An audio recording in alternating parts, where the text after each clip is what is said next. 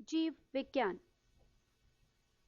जीव विज्ञान बायोलॉजी ये विज्ञान की वो शाखा है जिसके अंतर्गत जीवधारियों का अध्ययन किया जाता है। बायोलॉजी, बायो का अर्थ है जीवन यानी लाइफ और लोगोस का अर्थ है अध्ययन यानी स्टडी, अर्थात जीवन का अध्ययन ही बायोलॉजी कहलाता है। जीव विज्ञान शब्द का प्रयोग सर्वप्रथम लेमार्क फ्रांस एवं ट्रेविरेनस जर्मनी नामक वैज्ञानिकों ने 1801 ईस्वी में किया था। जीव विज्ञान का एक क्रमबद्ध ज्ञान के रूप में विकास प्रसिद्ध ग्रीक दार्शनिक अरस्तु कोष्ठक में Aristotle 384 to 322 BC bracket close के काल में हुआ। उन्होंने ही सर्वप्रथम पौधों एवं जंतुओं के जीवन के विभिन्न पक्षों के विषय में अपने विचार प्रकट किए। इसलिए अरस्तु को जीव विज्ञान का जनक, फादर ऑफ बायोलॉजी कहते हैं। इन्हें जंतु विज्ञान के जनक, फादर ऑफ जूलॉजी भी कहते हैं। जीव विज्ञान की कुछ शाखाएं: 1. एपिकल्चर, मधुमक्खी पालन का अध्ययन। 2. सेरीकल्चर, रेशम कीट पालन का अध्ययन। 3. पिसिकल्चर, मत्स्य पालन का अध्ययन। 4. माइकोलॉजी, कवकों का अध्ययन। 5. फाइकोलॉजी, शैवालों का अध्ययन। 6. एंथोलॉजी, पुष्पों का अध्ययन। 7. पोमोलॉजी, फलों का अध्ययन। 8. ऑर्निथोलॉजी, पक्षियों का अध्ययन। 9. इक्थियोलॉजी, मछलियों का अध्ययन। 10. एंटोमोलॉजी, कीटों का अध्ययन। 11. डेंड्रोलॉजी, वृक्षों एवं झाड़ियों का अध्ययन। 12. ओफियोलॉजी, सर्पों यानी स्नेक्स का अध्ययन। 13. सोरोलॉजी, छिपकलियों का अध्ययन। और 14. सिल्वीकल्चर, काष्ठी पेड़ों का संवर्धन। 1. जीवधारियों का वर्गीकरण, क्लासिफिकेशन ऑफ ऑर्गेनिज्म। अरस्तु द्वारा समस्त जीवों को दो समूहों में विभाजित किया गया, जंतु समूह एवं वनस्पति समूह। लीनियस ने भी अपनी पुस्तक सिस्टम ऑफ नेचर में संपूर्ण जीवधारियों को दो जगतों, किंगडम्स, पादप जगत प्लांट किंगडम तथा जंतु जगत एनिमल किंगडम में विभाजित किया। लीनियस ने वर्गीकरण की जो प्रणाली शुरू की, उसी से आधुनिक वर्गीकरण प्रणाली की नींव पड़ी। इसलिए उन्हें आधुनिक वर्गीकरण का पिता, फादर ऑफ मॉडर्न टेक्सोनॉमी कहते हैं। जीवधारियों का 5 जगत वर्गीकरण, 5 किंगडम क्लासिफिकेशन ऑफ ऑर्गेनिजम्स। परंपरागत द्विजगत वर्गीकरण का स्थान अंततः व्हिटकर द्वारा सन 1969 ईस्वी में प्रस्तावित 5 जगत प्रणाली ने ले लिया। इसके अनुसार समस्त जीवों को इन 5 जगतों में वर्गीकृत किया गया। 1. मोनेरा, 2. प्रोटिस्टा, 3. पादप प्लांट, 4. कवक फंजाई एवं 5. जंतु एनिमल। 1. मोनेरा, इस जगत में सभी प्रोकैरियोटिक जीव अर्थात जीवाणु, साइनोबैक्टीरिया तथा आर्कीबैक्टीरिया सम्मिलित किए जाते हैं। तंतुमय जीवाणु भी इसी जगत के भाग हैं। 2. प्रोटिस्टा, इस जगत में विविध प्रकार के एक कोशिकीय प्रायः जलीय एक्वेटिक यूकैरियोटिक जीव सम्मिलित किए गए हैं। पादप एवं जंतु के बीच स्थित युग्लिना इसी जगत में है। ये 2 प्रकार की जीवन पद्धति प्रदर्शित करती है, सूर्य के प्रकाश में स्वपोषित एवं प्रकाश के अभाव में इतर पोषित। इसके अंतर्गत साधारणतया प्रोटोजोआ आते हैं। 3. पादप प्लांट, इस जगत में प्रायः वे सभी रंगीन बहुकोशिकीय प्रकाश संश्लेषी उत्पादक जीव सम्मिलित हैं। शैवाल, मॉस पुष्पीय तथा अपुष्पीय बीजीय पौधे इसी जगत के भाग हैं। 4. कवक फंगाई, इस जगत में वे यूकैरियोटिक तथा परपोषित जीवधारी सम्मिलित किए जाते हैं जिनमें अवशोषण द्वारा पोषण होता है। ये सभी इतरपोषी होते हैं। ये परजीवी अथवा मृतोपजीवी होते हैं। इसकी कोशिका भित्ति काइटिन की बनी होती है। और 5. जंतु एनिमल, इस जगत में सभी बहुकोशिकीय जंतु संभोजी होलोजोइक यूकैरियोटिक उपभोक्ता जीव सम्मिलित किए जाते हैं। इनको मेटाजोआ भी कहते हैं। हाइड्रा, जेलीफिश, कृमि, सितारा, मछली, सरीसृप, उभयचर, पक्षी तथा स्तनधारी जीव इसी जगत के अंग हैं। जीवों के नामकरण की द्विनाम पद्धति।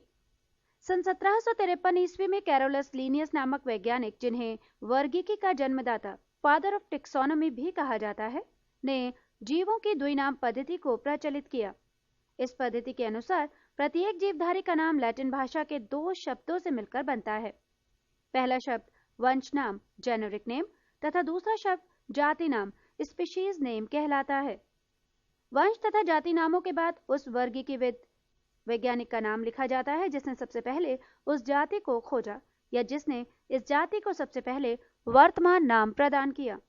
जैसे मानव का वैज्ञानिक नाम होमो सेपियंस लिन है, वास्तव में होमो उस वंश का नाम है जिसकी एक जाति सेपियंस है। लिन वास्तव में लीनियस शब्द का संक्षिप्त रूप है। इसका अर्थ यह है कि सबसे पहले लीनियस ने इस जाति को होमो सेपियंस नाम से पुकारा था। कुछ जीवधारियों के वैज्ञानिक नाम: मनुष्य मैन, होमो सेपियंस; मेंढक फ्रॉग, राना टिग्रिना; बिल्ली कैट, फेलिस डोमेस्टिका; कुत्ता डॉग, कैनिस फेमिलियारिस; गाय काउ, बॉस इंडिकस; मक्खी हाउस फ्लाई, मस्का डोमेस्टिका; आम मैंगो, मैंगिफेरा इंडिका; धान राइस, ओरेजा सटाइवा; गेहूं व्हीट, ट्रिटिकम एस्टिवम; मटर पी, पाइजम सटाइवम; चना ग्राम, सिसर एरेटिनम; और सरसों मस्टर्ड, ब्रासिका कैम्पेस्ट्रिस। 2. कोशिका विज्ञान, साइटोलॉजी।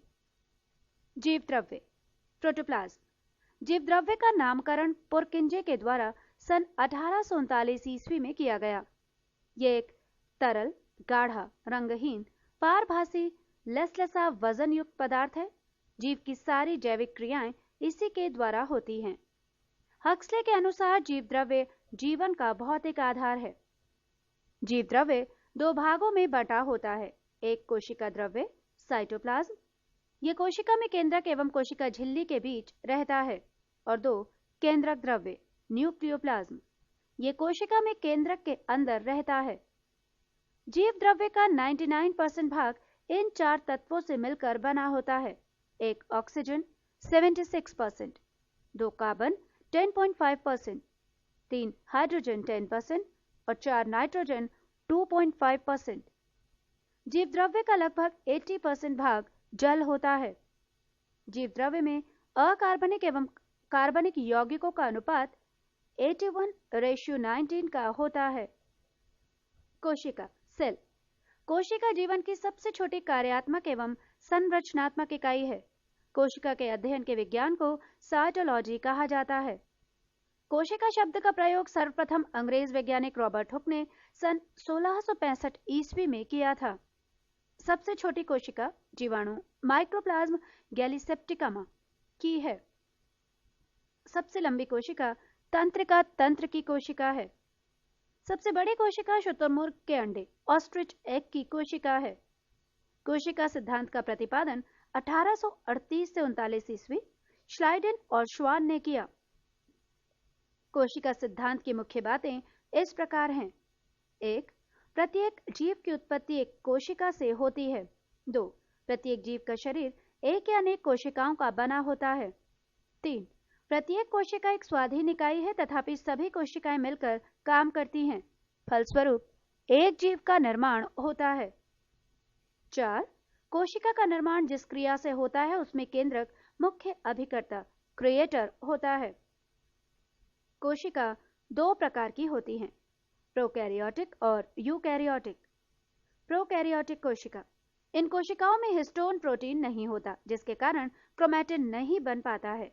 केवल डीएनए का सूत्र ही गुणसूत्र के रूप में पड़ा रहता है। अन्य कोई आवरण इसे घेरे नहीं रहता, अतः केंद्रक नाम की कोई विकसित कोशिकांग इसमें नहीं होता। जीवाणुओं एवं नील रहित शैवालों में ऐसी ही कोशिकाएं मिलती हैं। यूकैरियोटिक कोशिका, इन कोशिकाओं में दोहरी झिल्ली के आवरण, केंद्रक आवरण से घिरा सुस्पष्ट केंद्रक पाया जाता है, जिसमें डीएनए और हिस्टोन प्रोटीन के संयुक्त होने से बनी क्रोमैटिन तथा इसके अलावा केंद्रिका यानी न्यूक्लियस होते हैं। प्रोकैरियोटिक तथा यूकैरियोटिक कोशिका में मुख्य अंतर: 1. कोशिका भित्ति। प्रोकैरियोटिक कोशिका में प्रोटीन तथा कार्बोहाइड्रेट की बनी होती है। यूकैरियोटिक कोशिका में सेल्यूलोज की बनी होती है। 2. माइटोकॉन्ड्रिया प्रोकैरियोटिक कोशिका में अनुपस्थित होता है और यूकैरियोटिक कोशिका में उपस्थित। 3. एंडोप्लाज्मिक रेटिकुलम प्रोकैरियोटिक कोशिका में अनुपस्थित और यूकैरियोटिक कोशिका में उपस्थित होता है। 4. राइबोसोम प्रोकैरियोटिक कोशिका में 70S प्रकार के होते हैं और यूकैरियोटिक कोशिका में 80S प्रकार के होते हैं। 5. गोल्गी कॉय प्रोकैरियोटिक कोशिका में अनुपस्थित तथा यूकैरियोटिक कोशिका में उपस्थित होते हैं। 6. केंद्रक झिल्ली प्रोकैरियोटिक कोशिका में अनुपस्थित और यूकैरियोटिक कोशिका में उपस्थित होते हैं। 7. लाइसोसोम प्रोकैरियोटिक कोशिका में अनुपस्थित और यूकैरियोटिक कोशिका में उपस्थित होते हैं।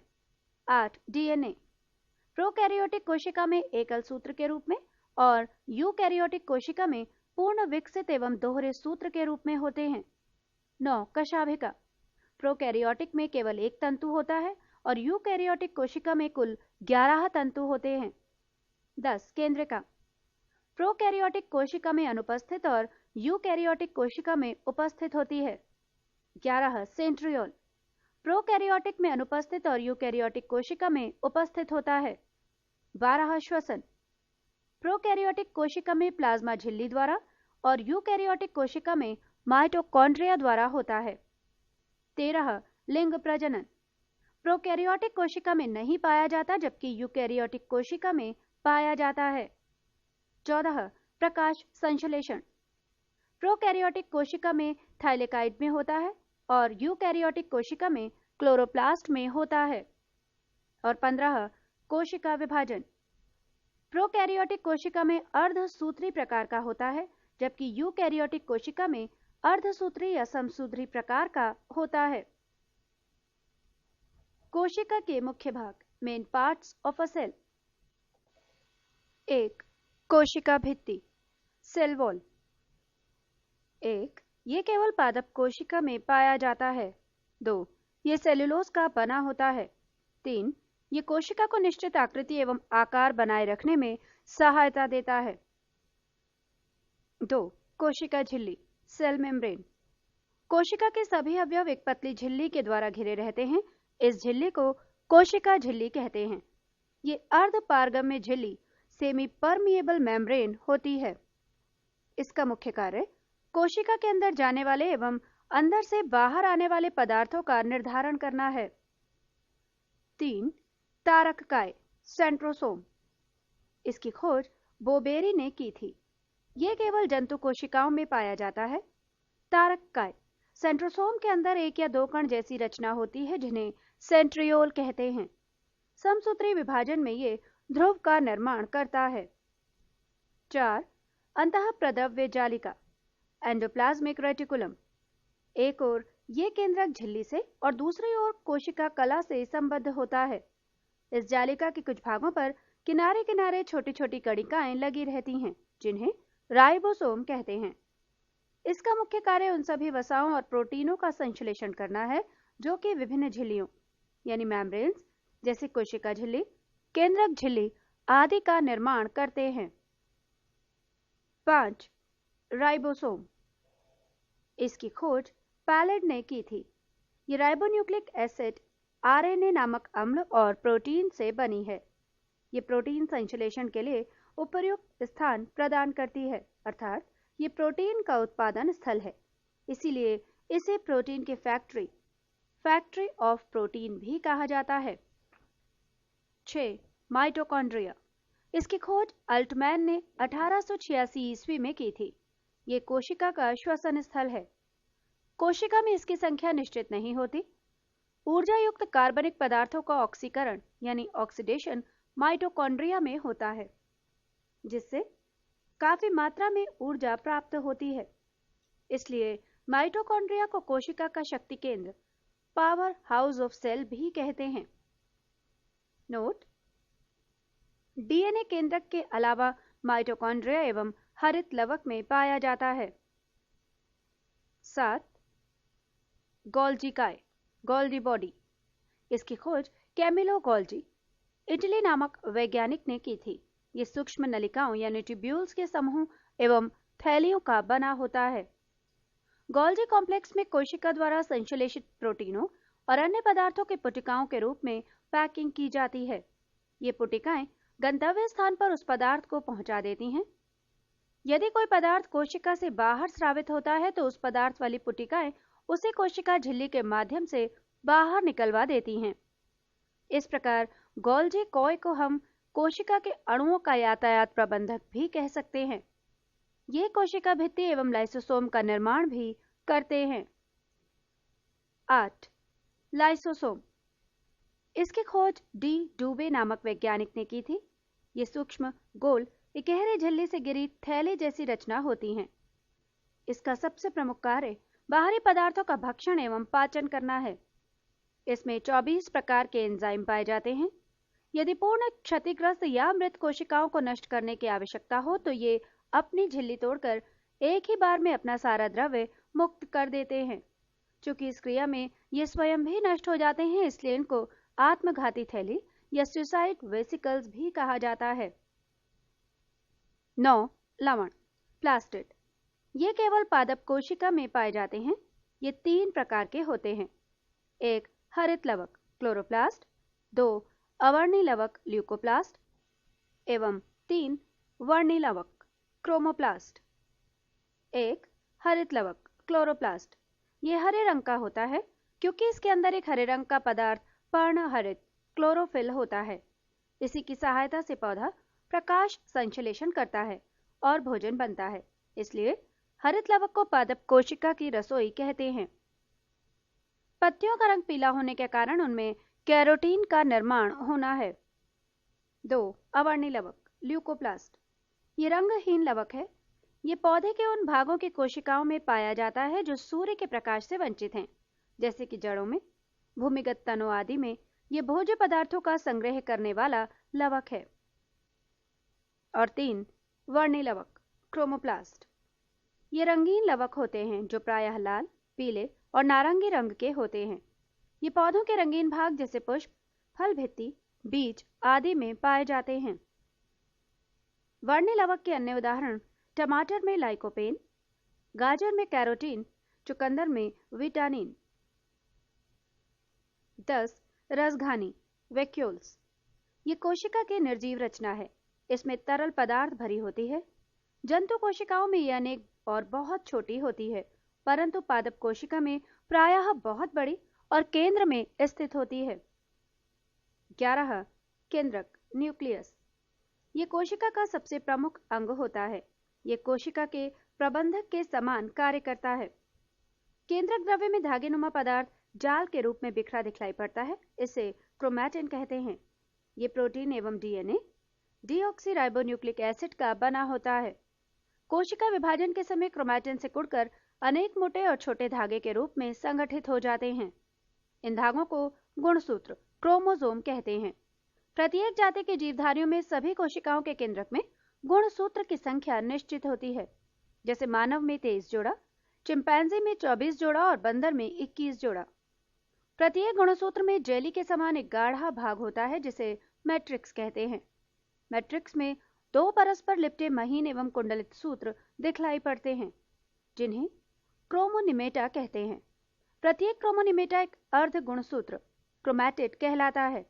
इस प्रकार प्रत्येक गुणसूत्र 2 क्रोमैटिडों का बना होता है। दोनों क्रोमैटिड एक निश्चित स्थान पर एक दूसरे से जुड़े होते हैं जिसे सेंट्रोमियर कहते हैं। गुणसूत्रों पर बहुत से जीन स्थित होते हैं जो एक पीढ़ी से दूसरी पीढ़ी तक लक्षणों को हस्तांतरित करते रहते हैं और हमारे आनुवंशिक गुणों के लिए उत्तरदायी होते हैं।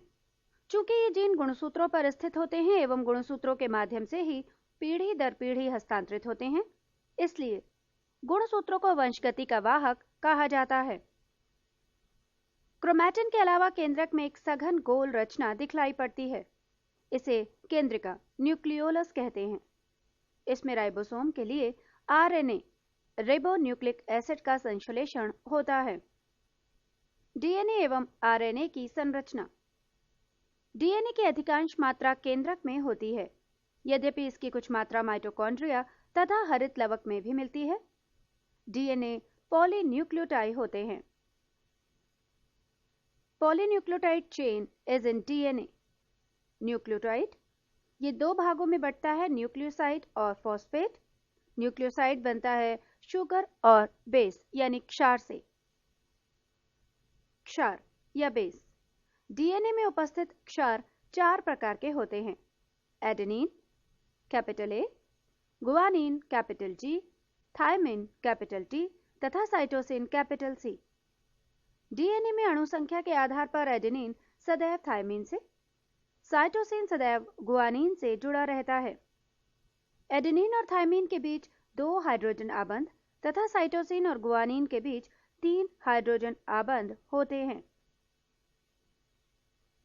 सन 1953 ईस्वी में जेडी वॉटसन एवं क्रिक ने डीएनए की द्विकुंडलित संरचना मॉडल प्रतिपादित किया, यानी डबल हेलिक्स मॉडल। इस काम के लिए उन्हें सन 1962 ईस्वी में नोबेल पुरस्कार मिला। डीएनए का कार्य। ये सभी आनुवंशिक क्रियाओं का संचालन करता है। जीन इसकी इकाई है। ये प्रोटीन संश्लेषण को नियंत्रित करता है। आरएनए का निर्माण, ट्रांसक्रिप्शन। डीएनए से ही आरएनए का संश्लेषण होता है। इस क्रिया में डीएनए की एक श्रृंखला पर आरएनए की न्यूक्लियोटाइड आकर जुड़ जाती है। इस प्रकार एक अस्थायी डीएनए आरएनए संकर का निर्माण होता है। इसमें नाइट्रोजन बेस थाइमीन के स्थान पर यूरेसिल होता है। कुछ समय बाद आरएनए की समजात श्रृंखला अलग हो जाती है। आरएनए 3 प्रकार के होते हैं। एक RNA, small R, ribosomal RNA. ये राइबोसोम पर लगे होते हैं और प्रोटीन संश्लेषण में सहायता करते हैं। 2 small T RNA, transfer RNA. ये प्रोटीन संश्लेषण में विभिन्न प्रकार के अमीनो अम्लों को राइबोसोम पर लाते हैं, जहां पर प्रोटीन बनता है। और 3 small M RNA, messenger RNA. केंद्रक के बाहर विभिन्न आदेश लेकर अमीनो अम्लों को चुनने में मदद करता है। डीएनए एवं आरएनए में मुख्य अंतर। डीएनए, इसमें डीऑक्सीराइबोज शर्करा होती है, जबकि आरएनए में शर्करा राइबोज होती है। डीएनए में बेस एडेनिन, गुआनिन, थाइमीन एवं साइटोसिन होते हैं, जबकि आरएनए में थाइमीन बेस की जगह यूरेसिल आ जाता है। और डीएनए मुख्यतः केंद्रक में मिलता है, जबकि आरएनए केंद्रक एवं कोशिका द्रव्य दोनों में पाया जाता है। पादप एवं जंतु कोशिका में मुख्य अंतर। पादप कोशिका, इसमें कोशिका भित्ति पाई जाती है। जंतु कोशिका में कोशिका भित्ति अनुपस्थित होती है। पादप कोशिका में लवक पाई जाती है। जंतु कोशिका में लवक अनुपस्थित होती है।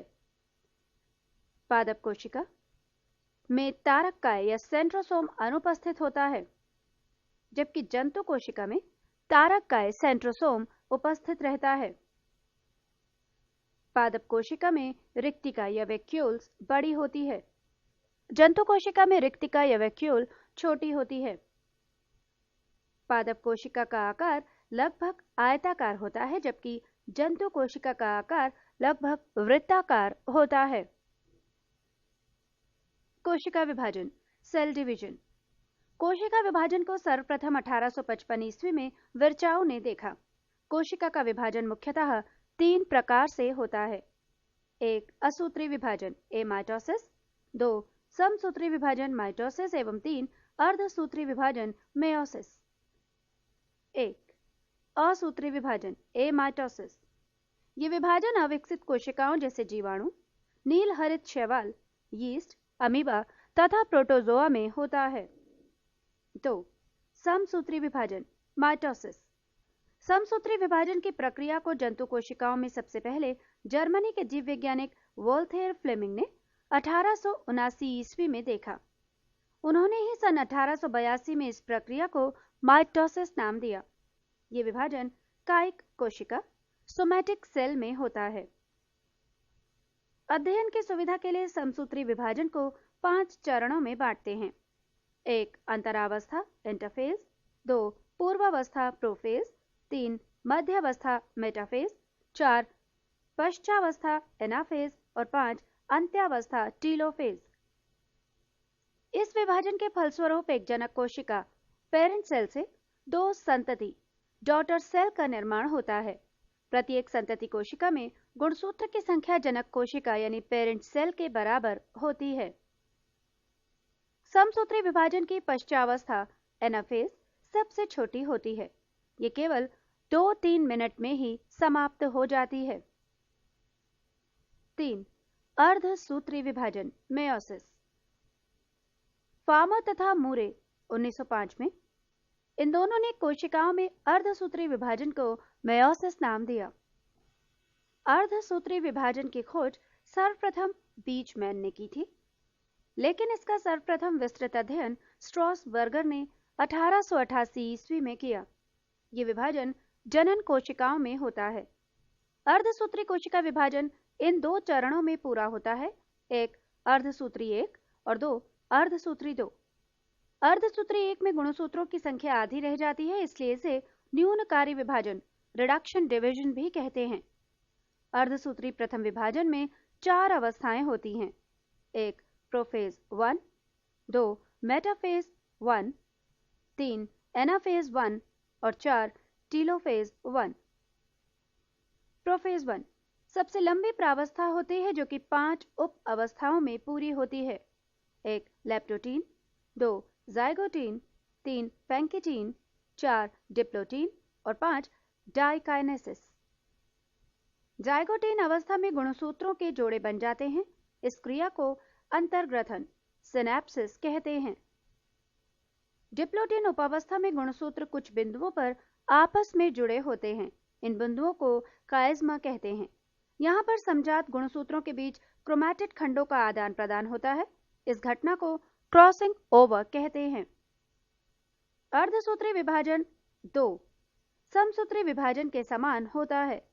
अर्धसूत्री विभाजन में एक जनक कोशिका यानी पेरेंट सेल से 4 संतति कोशिका डॉटर सेल का निर्माण होता है। समसूत्री एवं अर्धसूत्री विभाजन में अंतर। समसूत्री विभाजन, ये विभाजन कायिक सोमैटिक कोशिका में होता है। अर्धसूत्री विभाजन जनन कोशिकाओं में होता है। समसूत्री विभाजन में कम समय लगता है, अर्धसूत्री विभाजन में अधिक समय लगता है। समसूत्री विभाजन के द्वारा एक कोशिका से 2 कोशिकाएं बनती हैं। अर्धसूत्री विभाजन में एक कोशिका से 4 कोशिकाओं का निर्माण होता है। समसूत्री विभाजन में संतति कोशिका में जनक जैसे ही गुणसूत्र होने के कारण आनुवंशिक विविधता नहीं होती। अर्धसूत्री विभाजन में संतति कोशिकाओं में जनकों से भिन्न गुणसूत्र होने के कारण आनुवंशिक विविधता होती है। समसूत्री विभाजन में गुणसूत्रों के आनुवंशिक पदार्थों में आदान प्रदान क्रॉसिंग ओवर नहीं होता। अर्धसूत्री विभाजन में गुणसूत्रों के बीच आनुवंशिक पदार्थों का आदान प्रदान होता है। समसूत्री विभाजन की प्रोफेज अवस्था छोटी होती है, अर्धसूत्री विभाजन की प्रोफेज अवस्था लंबी होती है। 3. आनुवंशिकी जेनेटिक्स। वे लक्षण जो पीढ़ी दर पीढ़ी संचरित होते हैं आनुवंशिक लक्षण कहलाते हैं। आनुवंशिक लक्षणों के पीढ़ी दर पीढ़ी संचरण की विधियों और कारणों के अध्ययन को आनुवंशिकी जेनेटिक्स कहते हैं।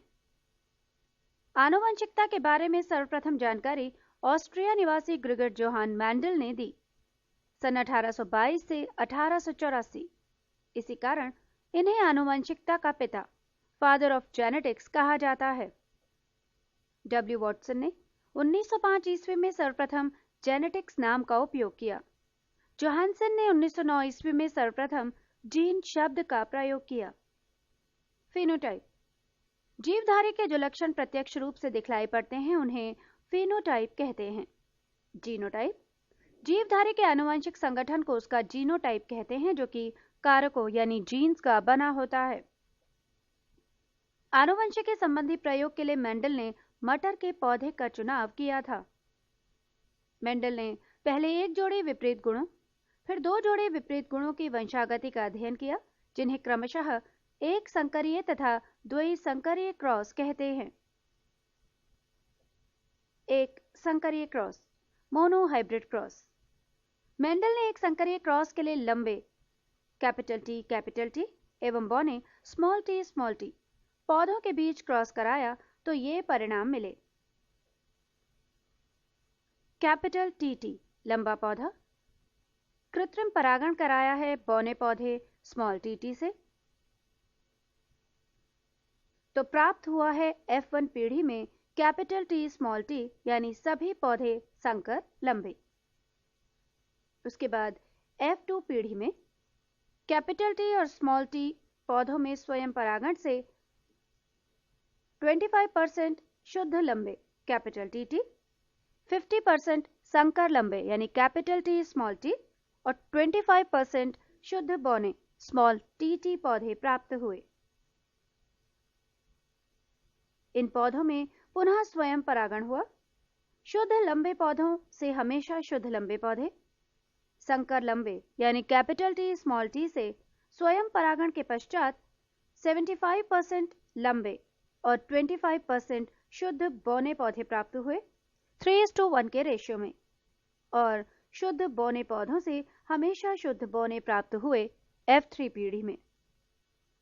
अतः F2 पीढ़ी का पौधे का फिनोटाइप अनुपात 3:1 और जीनोटाइप अनुपात है 1:2:1। द्विसंकरीय क्रॉस, डायहाइब्रिड क्रॉस। मेंडल ने द्विसंकरीय क्रॉस के लिए गोल तथा पीले बीज कैपिटल RR कैपिटल YY और हरे एवं झुर्रीदार बीज स्मॉल RR स्मॉल YY से उत्पन्न पौधों को क्रॉस कराया। इसमें गोल तथा पीला बीज प्रभावी होते हैं। यहाँ पर इस क्रॉस को बताया गया है एक चार्ट के माध्यम से। कृपया इसके लिए अपने अध्यापक अथवा मित्र से मदद लें। F2 पीढ़ी के पौधों का फिनोटाइप अनुपात 9:3:3:1 हुआ। F2 पीढ़ी के पौधों का जीनोटाइप अनुपात 1:2:1:2:4:2:1:1 प्राप्त हुआ। इन दोनों ही प्रकार के प्रयोगों के आधार पर मेंडल ने आनुवंशिकता संबंधी कुछ नियम दिए, जिन्हें मेंडल के आनुवंशिकता के नियम के नाम से जाना जाता है। इन नियमों में से पहला एवं दूसरा नियम एक संकरीय क्रॉस के आधार पर तथा तीसरा नियम द्विसंकरीय क्रॉस पर आधारित है। मेंडल के नियम। मेंडल के 3 नियम इस प्रकार हैं। 1. प्रभाविकता का नियम, लॉ ऑफ डोमिनेंस। एक जोड़ा विपर्यायी गुणों वाले शुद्ध पिता या माता में संकरण करने से प्रथम पीढ़ी में प्रभावी गुण प्रकट होते हैं, जबकि अप्रभावी गुण छिप जाते हैं। प्रथम पीढ़ी में केवल प्रभावी गुण ही दिखाई देता है, लेकिन अप्रभावी गुण अवश्य उपस्थित रहता है। ये गुण दूसरी पीढ़ी में प्रकट होता है।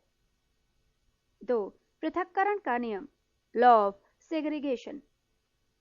लक्षण कारकों जीनों के जोड़ों के दोनों कारक युग्म बनाते समय पृथक हो जाते हैं और इनमें से केवल एक कारक ही किसी एक युग्मक में पहुंचता है। इस नियम को युग्मकों की शुद्धता का नियम भी कहते हैं। और 3. स्वतंत्र अपव्यूहन का नियम, लॉ ऑफ इंडिपेंडेंट असॉर्टमेंट। जब दो जोड़ी विपरीत लक्षणों वाले पौधों के बीच संकरण कराया जाता है तो दोनों लक्षणों का पृथक्करण स्वतंत्र रूप से होता है। एक लक्षण की वंशानुगति दूसरे को प्रभावित नहीं करती। युग्म विकल्पी, एलील्स। एक ही गुण के विभिन्न विपर्यायी रूपों को प्रकट करने वाले लक्षण कारकों को एक दूसरे का युग्म विकल्पी या एलील कहते हैं। सहलग्नता, लिंकेज। एक ही गुणसूत्र पर स्थित जीनों में एक साथ वंशगत होने की प्रवृत्ति पाई जाती है। जीनों की इस प्रवृत्ति को सहलग्नता कहते हैं, जबकि जीन जो एक ही गुणसूत्र पर स्थापित होते हैं और एक साथ वंशानुगत होते हैं उन्हें सहलग्न जीन, लिंक्ड जीन्स कहते हैं। लिंग सहलग्न जीन, सेक्स लिंक्ड जीन्स, लिंग सहलग्न गुणों को एक पीढ़ी से दूसरी पीढ़ी में ले जाते हैं। वास्तव में एक्स गुणसूत्र पर स्थित जीन ही लिंग सहलग्न जीन कहे जाते हैं, क्योंकि इसका प्रभाव नर तथा मादा दोनों पर पड़ता है। लिंग सहलग्नता की सर्वप्रथम विस्तृत व्याख्या मॉर्गन 1910 ने की थी। मनुष्य में कई लिंग सहलग्न गुण जैसे रंग वर्णांधता, गंजापन, हीमोफीलिया, मायोपिया, हाइपरट्राइकोसिस, इत्यादि पाए जाते हैं। लिंग सहलग्न गुण स्त्रियों की अपेक्षा पुरुषों में ज्यादा प्रकट होते हैं। मानव आनुवंशिकी, ह्यूमन जेनेटिक। गुणसूत्र। क्रोमोसोम्स का नामकरण डब्ल्यू वॉल्डेयर ने 1888 ईस्वी में किया था। गुणसूत्रों में पाए जाने वाले आनुवंशिक पदार्थ को जीनोम कहते हैं। जीन इन्हीं गुणसूत्रों पर पाया जाता है। गुणसूत्रों के बाहर जीन यदि कोशिका द्रव्य के कोशिकांगों में होती है तो उन्हें प्लाज्मा जीन कहते हैं। 1956 में एस बेंजर द्वारा जीन की आधुनिक विचारधारा दी गई। इनके अनुसार जीन के कार्य की इकाई सिस्ट्रॉन, उत्परिवर्तन की इकाई म्यूटॉन तथा पुनः संयोजन की इकाई को रेकन कहा गया है। मानव में 20 आवश्यक अमीनो एसिड पाए जाते हैं। आर्थर कोर्नवर्ग ने 1962 ईस्वी में डीएनए पॉलीमरेज नामक एंजाइम की खोज की, जिसकी सहायता से डीएनए का संश्लेषण होता है। मनुष्य में लिंग निर्धारण। मनुष्य में गुणसूत्रों की संख्या 46 होती है। प्रत्येक संतान को समजात गुणसूत्रों की प्रत्येक जोड़ी का एक गुणसूत्र अंडाणु के द्वारा माता से तथा दूसरा शुक्राणु के द्वारा पिता से प्राप्त होता है। शुक्र जनन। स्पर्मेटोजेनेसिस में अर्धसूत्री विभाजन द्वारा 2 प्रकार के शुक्राणु बनते हैं। आधे वे जिनमें 23वीं जोड़ी का X गुणसूत्र आता है अर्थात 22+X, और आधे वे जिनमें 23वीं जोड़ी में Y गुणसूत्र आ जाता है यानी 22+Y।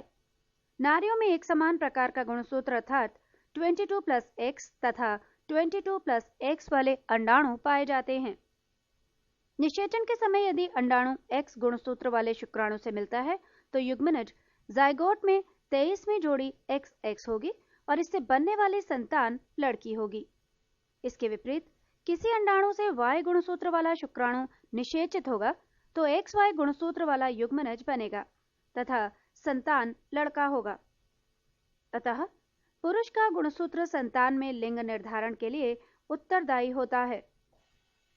परखनली शिशु के मामले में निषेचन परखनली के अंदर होता है। जीव या जाति और उनमें गुणसूत्रों की संख्या। एस्कैरिस में 2, मच्छर में 6, घरेलू मक्खी में 12, मटर में 14, प्याज में 16, मक्का में 20, टमाटर में 24, मेंढक में 26, नींबू में 18 और 36, बिल्ली में 38, चूहे में 40, गेहूं में 42, खरगोश में 44, मनुष्य में 46, आलू में 48, चिंपैंजी में 48, तंबाकू में 48, घोड़े में 64, कुत्ते में 78, कबूतर में 80 और टेरिडोकाइट्स में 1300 से 1600 तक। 4. जैव विकास, ऑर्गेनिक एवोल्यूशन। प्रारंभिक निम्न कोटि के जीवों से क्रमिक परिवर्तनों द्वारा अधिकाधिक जीवों की उत्पत्ति को जैव विकास कहा जाता है। जीव जंतुओं की रचना कार्य की एवं रासायनिक, भ्रूणीय विकास, वितरण आदि में विशेष क्रम और आपसी संबंध के आधार पर सिद्ध किया गया है कि जैव विकास हुआ है। लेमार्क, डार्विन, वेलिस, डीवरीज आदि ने जैव विकास के संबंध में अपनी अपनी परिकल्पनाओं को सिद्ध करने के लिए इन्हीं संबंधों को दर्शाने वाले ये प्रमाण प्रस्तुत किए हैं। 1. वर्णीकरण से प्रमाण। 2. तुलनात्मक शरीर रचना से प्रमाण। 3. अवशोषी अंगों से प्रमाण। 4. संयोजता जंतुओं से प्रमाण। 5. पूर्वजता से प्रमाण। 6. तुलनात्मक भ्रौणिकी से प्रमाण। 7. भौगोलिक वितरण से प्रमाण। 8. तुलनात्मक कार्यकी एवं जीव रासायनी से प्रमाण। 9. आनुवंशिकी से प्रमाण। 10. पशुपालन से प्रमाण। 11. रक्षात्मक समरूपता से प्रमाण और 12. जीवाश्म विज्ञान एवं जीवाश्मकों से प्रमाण। समजात अंग, होमोलोगस ऑर्गन, ऐसे अंग जो विभिन्न कार्यों के लिए उपयोजित हो जाने के कारण काफी असमान दिखाई दे सकते हैं परंतु मूल रचना एवं भ्रूणीय परिवर्धन में समान होते हैं, समजात अंग कहलाते हैं। उदाहरण सील के फ्लिपर, चमगादड़ के पंख, घोड़े की अगली टांग, बिल्ली का पंजा तथा मनुष्य के हाथ की मौलिक रचना एक जैसी होती है। इन सभी में ह्यूमरस, रेडियोल्ना, कार्पल्स, मेटाकार्पल्स आदि अस्थियां होती हैं। इनका भ्रौणिकीय विकास भी एक सा ही होता है परंतु इन सभी के कार्य अलग अलग होते हैं। सील का फ्लिपर तैरने के लिए, चमगादड़ के पंख उड़ने के लिए, घोड़े की टांग दौड़ने के लिए तथा मनुष्य का हाथ वस्तु को पकड़ने के लिए अनुकूलित होता है। समरूप अंग, एनालॉगस ऑर्गन, ऐसे अंग जो समान कार्य के लिए उपयोजित हो जाने के कारण समान दिखाई देते हैं, परंतु मूल रचना एवं भ्रूणीय परिवर्धन में भिन्न होते हैं, समरूप अंग कहलाते हैं। उदाहरण, तितली, पक्षियों तथा चमगादड़ के पंख उड़ने का कार्य करते हैं और देखने में एक समान लगते हैं, परंतु इन सभी की उत्पत्ति अलग अलग ढंग से होती है। तितलियों के पंख की रचना शरीर भित्ति के भंज द्वारा, पक्षियों के पंख की रचना इनकी अग्र पादों पर परों द्वारा, चमगादड़ के पंख की रचना हाथ की 4 लंबी उंगलियों तथा छड़ के बीच फैली त्वचा से हुई है। अवशेषी अंग, वेस्टिजियल ऑर्गन, ऐसे अंग जो जीवों के पूर्वजों में पूर्ण विकसित होते हैं, परंतु वातावरणीय परिस्थितियों में बदलाव से इनका महत्व समाप्त हो जाने के कारण विकास क्रम में इनका क्रमिक लोप होने लगता है, अवशेषी अंग कहलाते हैं। उदाहरण, कर्णपल्लव, पिन्ना, त्वचा के बाल, वर्मीफॉर्म अपेंडिक्स आदि। मनुष्य में लगभग 100 अवशेषी अंग पाए जाते हैं। सर्वप्रथम प्रकाश संश्लेषी जीव साइनोबैक्टीरिया थे। पक्षियों का विकास सरीसृपों से हुआ है। जल स्थलचर जीवों का विकास मत्स्य वर्ग से हुआ है। स्तनी वर्ग के जंतुओं का विकास भी सरीसृपों से हुआ है। जीवाश्म, अनेक ऐसे प्राचीन कालीन जीवों एवं पादपों के अवशेष जो हमारी पृथ्वी पर विद्यमान थे, परंतु बाद में समाप्त अर्थात विलुप्त हो गए, भूपटल की चट्टानों में परिरक्षित मिलते हैं। उन्हें जीवाश्म कहते हैं एवं इनके अध्ययन को जीवाश्म विज्ञान कहा जाता है। जैव विकास के सिद्धांत, जैव विकास के संबंध में अनेक सिद्धांत प्रतिपादित किए गए हैं, जिनमें लेमार्कवाद, डार्विनवाद एवं उत्परिवर्तनवाद प्रमुख हैं। 1. लेमार्कवाद, लेमार्किज्म। लेमार्क का सिद्धांत 1809 ईस्वी में उनकी पुस्तक फिलॉसफी जूलॉजिक में प्रकाशित हुआ। इस सिद्धांत के अनुसार जीवों एवं इनके अंगों में सतत बड़े होते रहने की प्राकृतिक प्रवृत्ति होती है। इन जीवों पर वातावरणीय परिवर्तन का सीधा प्रभाव पड़ता है। इसके कारण जीवों में विभिन्न अंगों का उपयोग घटता बढ़ता रहता है। अधिक उपयोग में आने वाले अंगों का विकास अधिक एवं कम उपयोग में आने वाले अंगों का विकास कम होने लगता है। इसे अंगों के कम या अधिक उपभोग का सिद्धांत भी कहते हैं। इस प्रकार से जीवों द्वारा उपार्जित लक्षणों की वंशागति होती है, जिसके फलस्वरूप नई नई जातियां बन जाती हैं।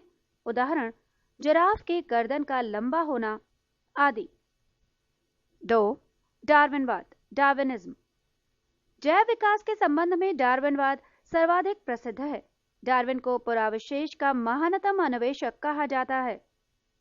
चार्ल्स डार्विन 1809 से 1882 ईस्वी ने 1831 ईस्वी में बीगल नामक विश्व सर्वेक्षण जहाज पर पूरे विश्व का भ्रमण किया। डार्विनवाद के अनुसार सभी जीवों में प्रचुर संतानोत्पत्ति की क्षमता होती है, अतः अधिक आबादी के कारण प्रत्येक जीवों को अपनी आवश्यकताओं की पूर्ति हेतु दूसरे जीवों से जीवन पर्यंत संघर्ष करना पड़ता है। ये संघर्ष सजातीय, अंतरजातीय तथा पर्यावरणीय होते हैं। 2 सजातीय जीव आपस में बिल्कुल समान नहीं होते। ये विभिन्नताएं इन्हें इनके जनकों से वंशानुक्रम में मिलते हैं।